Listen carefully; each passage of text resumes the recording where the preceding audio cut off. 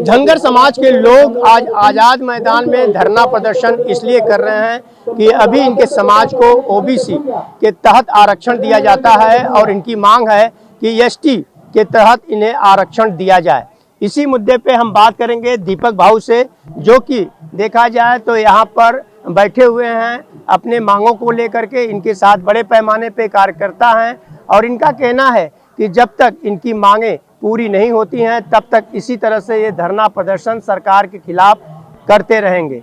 आइए इन्हीं से जानते हैं। मैं आपसे जानना चाहूँगा कि आपकी क्या मांगें हैं और सरकार ने अभी तक क्यों आपकी मांगों को ठुकरा रही है। मैं एक बात आपके पहले थोड़ी सी क्लियर कर दूं, ये अभी धरना प्रदर्शन नहीं है, ये आमरण अनशन है। इससे पहले भी मैं सितंबर 25 में 16 दिन आमरण अनशन पे था। उससे पहले सितंबर 2024 में 16 दिन अनशन मेरे साथ और 5 भाई थे।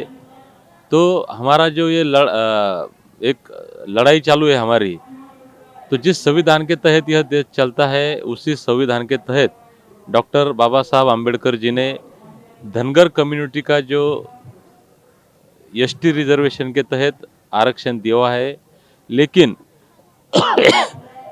उसका इम्प्लीमेंटेशन नहीं हुआ। धनगर कम्युनिटी इस स्टेट में एक ऐसी दुर्भाग्य अभागी कम्युनिटी है कि बाबा साहब ने एसटी रिजर्वेशन दिया, आज की तारीख में वह ओबीसी में आता है और स्टेट गवर्नमेंट का जो आरक्षण का ये है तो उसमें एनटीसी में आता है। तो यह जो घटनादत्त अधिकार हमारा है उसका इम्प्लीमेंटेशन हो, इसलिए यह लड़ाई कई दशकों से हमारी चालू है। अनशन ये कोई पहला अनशन नहीं, या कोई मैं पहला अनशन करता नहीं हूँ। इससे पहले सैकड़ों अनशन हुए। कई भाइयों ने हमारे इस लड़ाई के लिए यह अधिकार हमें मिले, आरक्षण की अमलबजावनी हो, इसके लिए अपना बलिदान दिया। कई हजारों भाइयों पे हमारे कई सारे ऑफेंस अपराध दर्ज हुए। तो अभी सरकार हर बार बोलती है कि हम देते हैं।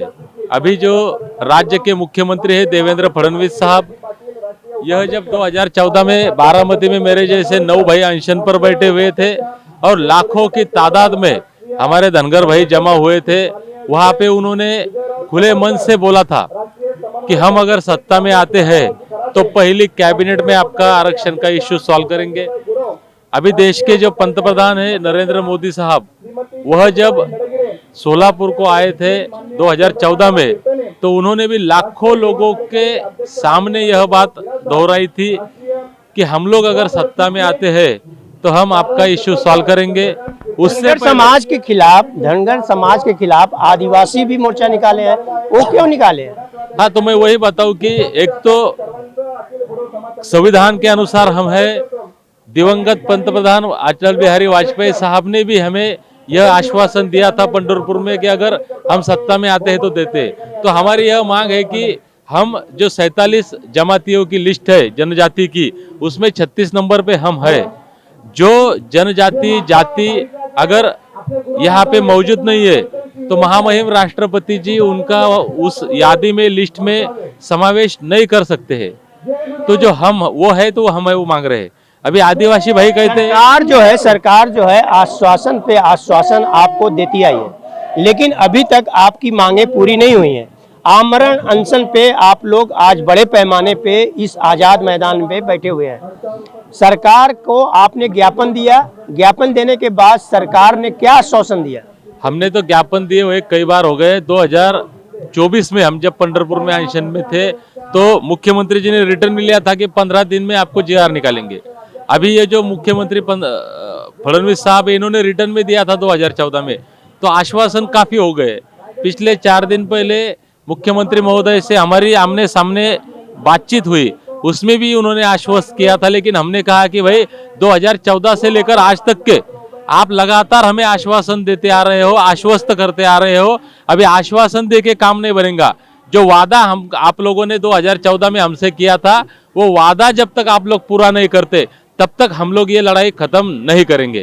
तो आपने देखा कि धनगर समाज के नेता जो हैं, दीपक भाऊ जो हैं, कई बार मुख्यमंत्री से मिल चुके हैं और इन्हें देखा जाए तो सरकारी जो कर्मचारी हैं या उनके नेता हैं वह आश्वासन पे आश्वासन दे रहे हैं, लेकिन इनका कहना है कि इस बार जब तक इनकी मांगे पूरी नहीं होती हैं इसी तरह से आमरण अनशन पर यह बैठे रहेंगे और इनके साथ बड़े पैमाने पे कार्यकर्ता भी यहाँ पर आए हुए हैं और वह भी इनका साथ दे रहे हैं।